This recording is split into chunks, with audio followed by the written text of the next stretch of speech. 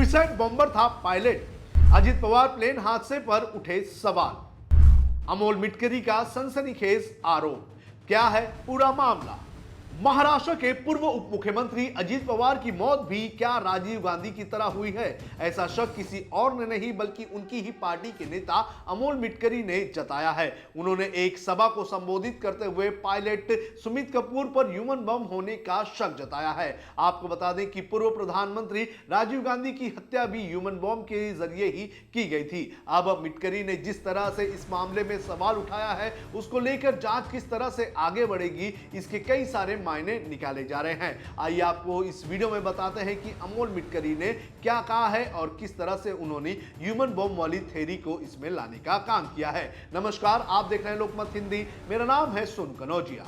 सबसे पहले आपको बताते हैं कि अमोल मिटकरी ने क्या कहा। आपको बता दें कि पुणे जिले के बारामती में 28 जनवरी को अजित पवार का विमान क्रैश हुआ था। इस हादसे में अजित पवार सहित 5 लोगों की मौत हो गई थी। हादसे में तब से ही लगातार सवाल खड़े हो रहे थे। अजित पवार की पत्नी और डिप्टी सीएम सुनेत्रा पवार ने सीएम देवेंद्र फडणवीस से मिलकर मामले की सीबीआई जांच की मांग की है और महाराष्ट्र की सरकार ने भी केंद्र सरकार से इसको लेकर रिक्वेस्ट कर दी है। वहीं राष्ट्रवादी कांग्रेस पार्टी के नेता अमोल मिटकरी भी कई वक्त से इसको लेकर सवाल उठाते रहे हैं। अब उन्होंने पूछा है कि क्या पवार का मर्डर उसी तरह से हुआ था जैसे लिबरेशन टाइगर्स ऑफ तमिल इलम ने राजीव गांधी का मर्डर किया था?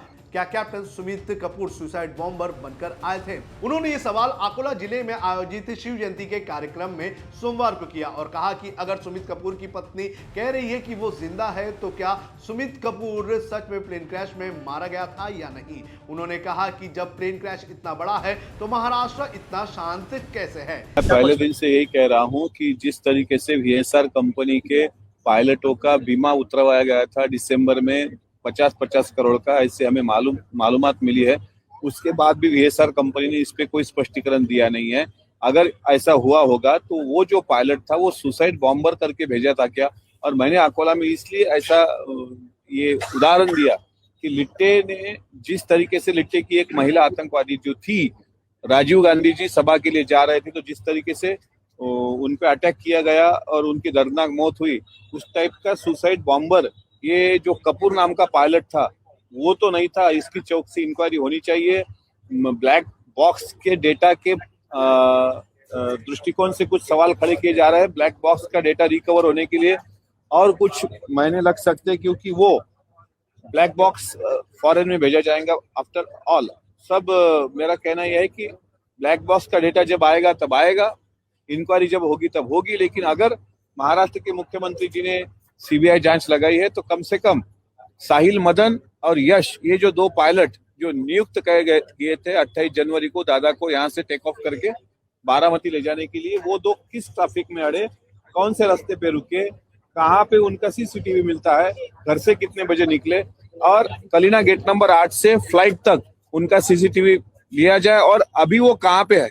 वो दोनों बंदे जो है वो कहीं दिखाई नहीं दे रहे कहाँ पे है, या फिर उनको कहीं छुपाया गया है कि वो देश छोड़ के भाग गए हैं, इसका भी पता मुझे लगता है चलना चाहिए। एमएलसी अमोल मिटकरी ने कहा कि मैंने हमारी पार्टी के सभी विधायकों से विनती की है कि वो एक एक पत्र प्रधानमंत्री को लिखें, हम खुद विमान से जाएंगे। उन्होंने आगे कहा कि वो पायलट जो इस हादसे में मरा है उसकी ड्रिंक एंड ड्राइव की हिस्ट्री रही है। वो 3 बार सस्पेंड हो चुका है और वीएसआर कंपनी ने ही उसे सस्पेंड किया है। इतना नहीं, उसका 50 करोड़ का बीमा भी निकाला गया था। वो सुसाइड बॉम्बर बनकर आया था, ये हमारा सबसे बड़ा सवाल है। अमोल मिटकरी ने आगे यह भी पूछा है कि अजित पवार के प्लेन को पहले कोई उड़ाने वाला था।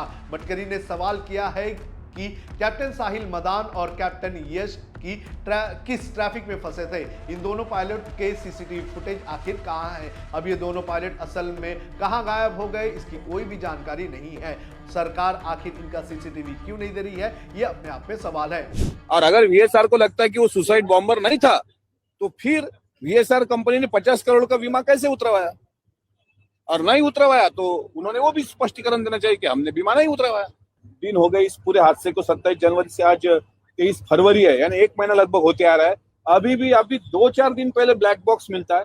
मैं बोलता हूँ ना कि सीबीआई जांच निकलेगी, जब निकलेगी कम से कम उसका सीसीटीवी तो बताओ जहां साहिल मदन रुका था, कहाँ पे रुका था, कौन से रूट पे रुका था, वो यश कहाँ गया, जो 2 पायलट वहां से नियुक्त किए गए थे वो अभी कहाँ है, अभी 4:30 बजे 23 फरवरी को उसकी जानकारी भी दी गई। तो मुझे लगता है बहुत सारे सवालों के जवाब आपको मिल जाएंगे। उन्होंने आगे कहा कि अजीत पवार की मौत तो गोजू बावी के मलराना की तरह एक अनसुलझी गुत्थी है, यानी कि बंजर जमीन के रहस्य की तरह है।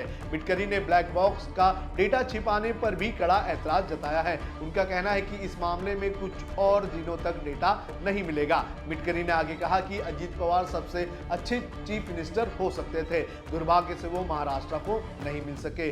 इतने बड़े राज के बाद भी महाराष्ट्र एकदम शांत है। अब आपको बताते हैं कि कैसे राजीव गांधी की हत्या जो है वो सुसाइड बॉम्बर ने की थी। पूर्व प्रधानमंत्री राजीव गांधी की 21 मई 1991 को आत्मघाती हमले में हत्या कर दी गई थी। राजीव ने अपने कार्यकाल में श्रीलंका में शांति सेना भेजी थी, जिससे तमिल विद्रोही संगठन लिबरेशन टाइगर्स ऑफ तमिल इलम नाराज चल रहा था। घटना के बाद राजीव लोकसभा चुनाव के लिए प्रचार करने तमिलनाडु गए हुए थे। वहां लिट्टे ने राजीव पर आत्मघाती हमला करवाया। राजीव को फूल का हार पहनाने के बहाने लिट्टे की महिला आतंकी धनु आगे बढ़ी और उसने राजीव गांधी का जैसे ही पैर छुआ, उसके बाद उसके कमर में जो विस्फोटक लगा हुआ था उसमें ब्लास्ट हो गया। धमाका इतना जबरदस्त था कि कई लोगों के चिथड़े उड़ गए। राजीव और हमलावर धनु समेत 16 लोगों की घटनास्थल पर मौत हो गई थी, जबकि 45 लोग गंभीर रूप से घायल हुए थे। तो जिस तरह से राजीव गांधी की सुसाइड बॉम्बर के जरिए हत्या कर दी गई थी, उस तरह से अब शक जताया गया है अजीत पवार के प्लेन हादसे को लेकर। आपको क्या लगता है कि सच में क्या इस तरह की चीज हुई होगी? आपको क्या लगता है? आप हमें कमेंट करके जरूर बताएं।